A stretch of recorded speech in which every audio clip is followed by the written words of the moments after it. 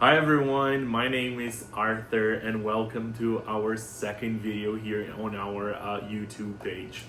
So today's going to be in English and we will be discussing The City Planners by Margaret Atwood. So this is a poem, a very famous poem, and we will be discussing it and analyzing it together.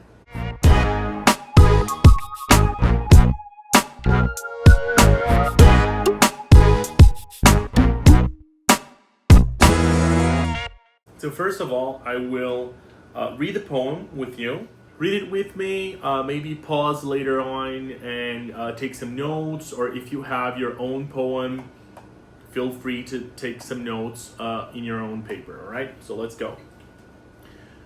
Cruising these residential Sunday streets in dry August sunlight, what offends us is the sanities. The houses in pedantic rows, the planted sanitary trees, assert levelness of surface, like a rebuke to the dent in our car door. No shouting here or shatter of glass, nothing more abrupt than the rational whine of a power mower, cutting a straight swath in the discouraged grass. But though the driveways neatly sidestep hysteria by being even, the roofs all display the same slant of avoidance to the hot sky. Certain things. The smell of spilled oil, a faint splash of paint on brick surprising as a bruise, a plastic hose poised in a vicious coil. Even the too fixed stare of the wide windows give momentary access to the landscape behind or under the future cracks in the plaster. When the houses, capsized, will slide obliquely into the clay seas, gradual as glaciers that right now nobody notices.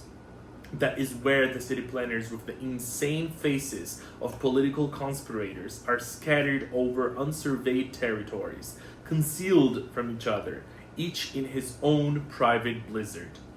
Guessing directions, they sketch transitory lines, rigid as wooden borders on a wall in the white vanishing air, tracing the panic of suburb order in a bland madness of snows. So quite strong. Don't worry if you didn't understand a lot of these words. We're taking it step by step. So first of all, after reading it together, we will be discussing now the summary. So the City Planners is about humanity's desire for being comfortable and this rigid control that we have over the environment, or maybe that we want to have over the environment. The poem also talks about the world controlled by the planners, which are people that try to force the humans' order into the natural world. So this, like I said, this attempt of trying to control the environment, but is this really something that is possible to achieve? Before analyzing the poem itself, the language, and everything that the poem entails, it is very important to know a little bit about Margaret Atwood. She is currently 83 years old. She is a Canadian poet who also dedicates herself as a novelist, a teacher, and an environmental activist. One of her very famous novels is called The Handmaid's Tale, which is currently a TV series. Amazing. So if you have the chance, do take some time to watch it.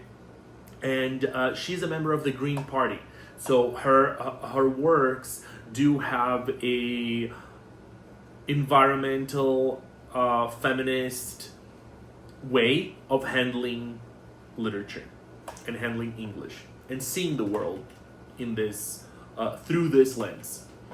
Margaret is a feminist author, like I said. She's very famous in fiction novels, and her novels are mostly about political and environmental issues, like previously said. The themes in this poem are order, like we have already discussed, this attempt of taming the environment. The order, for example, in the houses that I said, the tidiness in the streets. A second theme is the control. Control is this humanity's obsession with controlling the environment. Thirdly, we have madness, the need to make the world seem neat, to make the world seem rational under such strict control. And this is kind of a panic, and it's quite mad, because how can we make the world so neat and so controlled? And ultimately, the chaos of nature will inevitably prevail. Another strong theme is humanity's destruction of the environment. Remember that I said that it's important to talk a little bit about Margaret. We know that she is an environmentalist. So the destruction of the environment is a very strong theme in this poem. Humanity is distant and destroying its own environment. Suburbia's neat and tidy surface shields the people from the true cost of their cushy lives. This suggests that the housing developments, they are not just a distraction, but they are in fact part of the problem. The poem's city planners, driven by profit, by pride, they expect to continue developing and going into wild territories, into ever-expanding suburbs, using up more of the Earth's natural resources in this process. And this is very short-sighted, and this short-sighted greed will eventually result in an unstable and inhospitable planet. The perfect surface that we discussed, that we read, is just an illusion. Beneath it, the reality of the environmental destruction, and specifically perhaps the use of fossil fuel, which she does mention in the poem, is still there. This is an issue that is waiting to be addressed, while this perfection of the surface is just kind of a makeup on top of this real issue.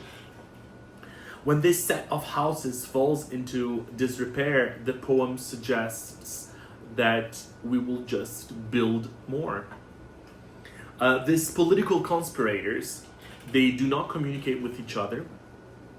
They make a plan that is best for the people and for the environment, but they will rather continue, they don't make this plan for what's best for people in the environment, and they will rather just continue making the decisions alone, out of pride perhaps, or out of a personal profit. And this theme is very present over here when here, with the insane faces of political conspirators are scattered over unsurveyed territories, concealed from each other, so they are alone, each in his own private blizzard, and they're guessing directions. They sketch transitory lines, rigid as wooden borders on a wall in the white vanishing air, so they are just by themselves trying to sketch this idea without talking to each other. This is quite strong in this part of the poem, and the poem suggests that this continued exploitation of the earth and the earth's resources can only lead its inhabitants to ruin. So now we'll be discussing, since we have already covered the themes, the main themes, we'll be discussing the symbols. Snow. Snow is a very strong symbol, and the color white is very present in the poem, and this represents disorder, irrationality, and the wildness of the world, and how difficult it is to or maybe impossible, dare I say, to tame it. Moving on now to literary devices. Feel free to pause the video, to zoom in your text, take notes, so we understand a little bit of the devices that she uses in this poem. A very strong device is the personification. Personification gives this suburban setting this sense of human agency, and also evokes the power of the natural world. This can be seen, for example, in the stare of the wide windows. So wide windows would be staring at us, giving this rationality to inanimate things. We also have alliteration, more specifically sibilance, and this adds musicality, emphasis. It evokes the stillness and the quietness of the suburb. For example, pay attention to the sibilance. Cruising this residential Sunday streets in dry August sunlight, what offends us is the sanities. So did you get the repetition of the S symbol? So moving on, we have assonance. And assonance adds intensity and emphasis to certain ideas and images. For instance, the houses in pedantic rows, the planted sanitary trees assert levelness of surface like a rebuke. So this creates intensity to whatever it is that is being said.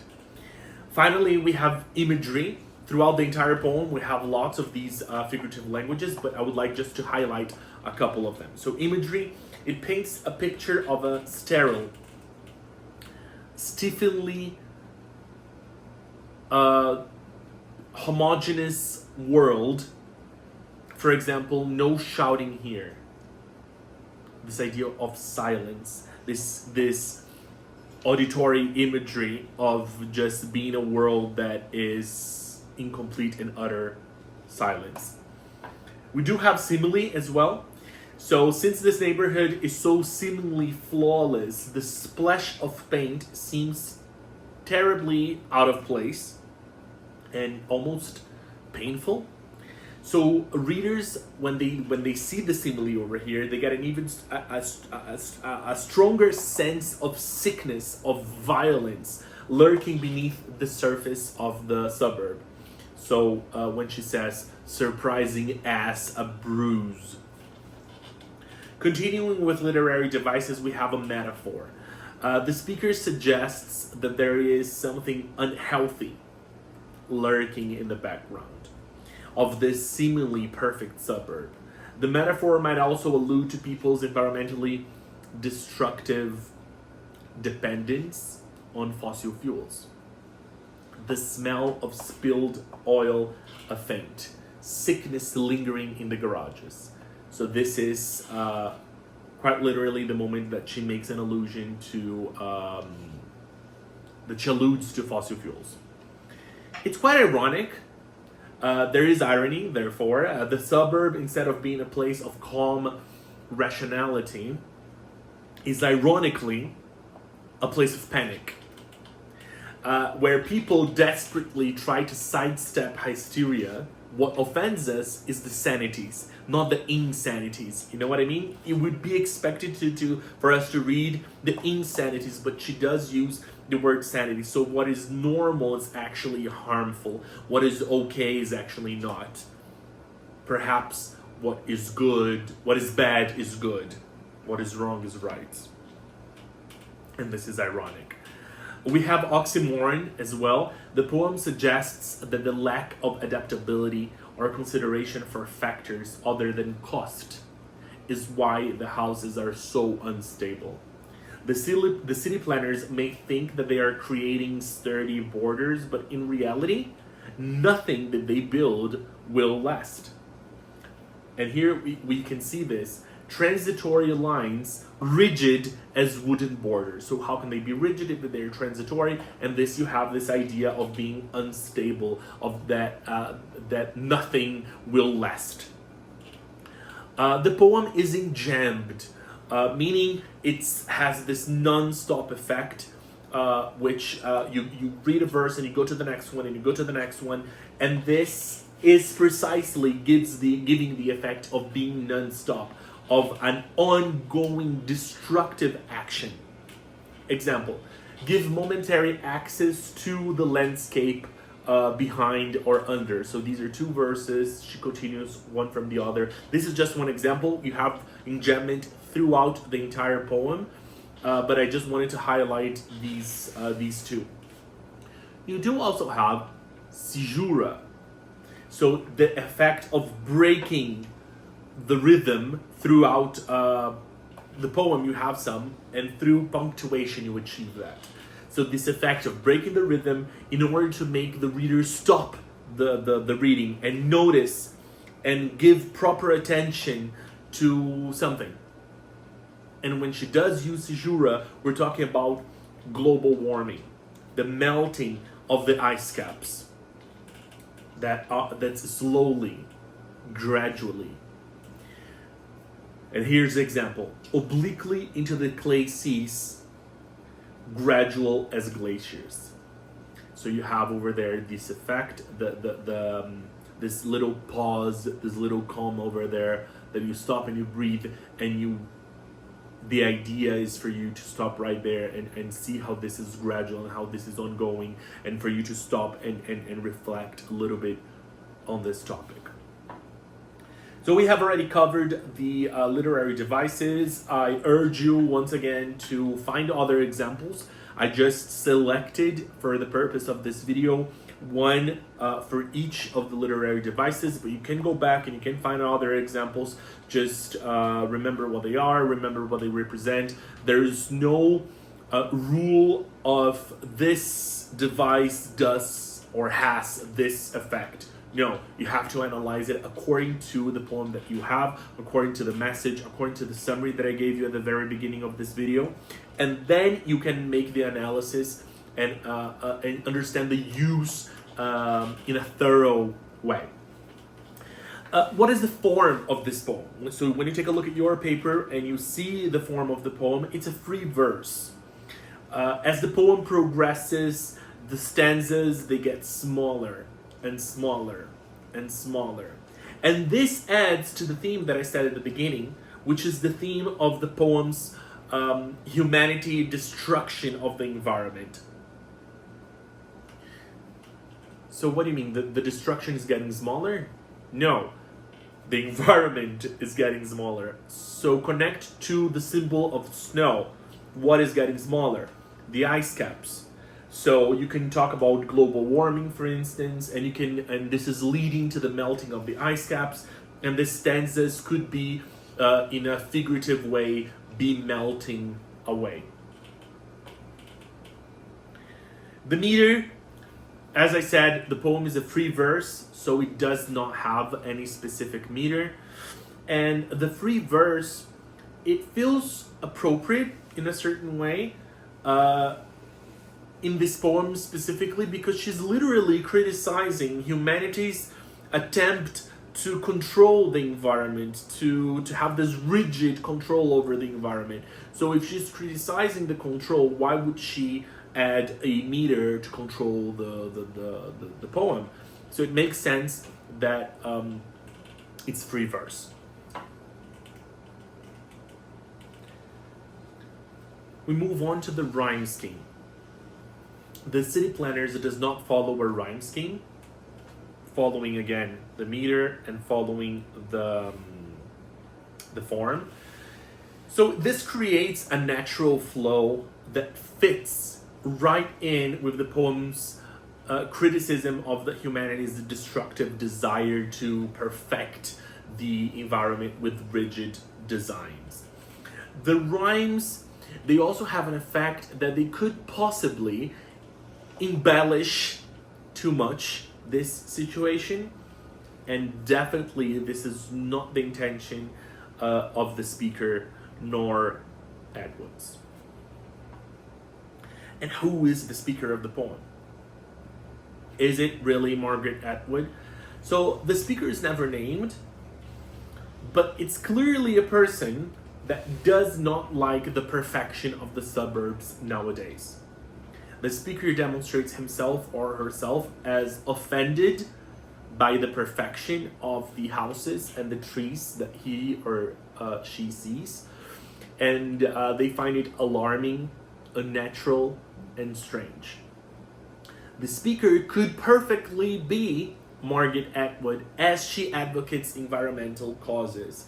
So we do know, that's why I said in the beginning that it's important to know a little bit about the author. So it could well be her, but we do not have this information. But either way, we know that it's someone that finds all this situation quite alarming, unnatural, and strange. So now we're moving on to setting, time and place. Okay, the city planners is undoubtedly a response to the proliferation of suburban neighborhoods throughout the mid-20th century. So the time of the poem, thus, is from the mid-20th onwards, since it is still a current and relevant topic today. The poem takes place on a August sunny, dry Sunday. It describes the perfection of the suburbs with a lot of descriptive details. For example, the houses in pedantic rows. Something interesting for you to know about the historical context of this poem is that this poem was published in 1964, and making reference to when, after World War II, the winning countries were having economic prosperity. So the veterans, they wanted to settle down, they wanted to have families, which meant that Canada and the US both entered a housing boom. Hence, houses were built cheaply and very quickly to keep the costs down. So just a little bit of the historical context for you to know the criticism that is being made. Remember, 1964, right? So I want to thank you for participating in this video. This is just a quick analysis. Like I said, go back to your paper, try to find more example of the literary devices, and remember to always make connection to the message that is being conveyed in that poem. And I would like to leave you with a question, an essay question, that perhaps if you're watching this video for your IGCSEs, or you're using it for your IBs, for example, you could definitely have an essay question like this one. How can you compare the modern living with the society of the poem The City Planners? So again, how can you compare the modern living, so how we live today, with the society from the poem The City Planners? So remember that you could discuss literally everything that has been said. You can talk about the historical context. Even though it started in 1964, it still makes sense today. You can connect this to the time and place, to the speaker that criticizes, and thus to your point of view on how you live, and you can give a personal touch by talking about this. Remember the rhyme scheme, the meter, and the form, talking about the fact that it's free verse and this ongoing destruction. You can talk about the literary devices, use example to give evidence to whatever it is that you're saying. You can talk about the symbol of snow connecting to the final destruction, that for her the world will be destroyed by water and by cold. Connect to the themes, connect to the author herself, and then you will have a beautiful answer. I know that it's impossible for you to put all of this in your answer, but you can definitely make a good attempt of trying to put as much information as possible, and that's it. So thank you. Don't forget to like this video, to share with your friends, and drop a comment. Send us a question if there's anything that I didn't answer. Maybe we can solve that question in our next video. So thank you so much. Don't forget to follow us, subscribe to our channel, follow us on Instagram, and that's it. Thank you so much. Bye.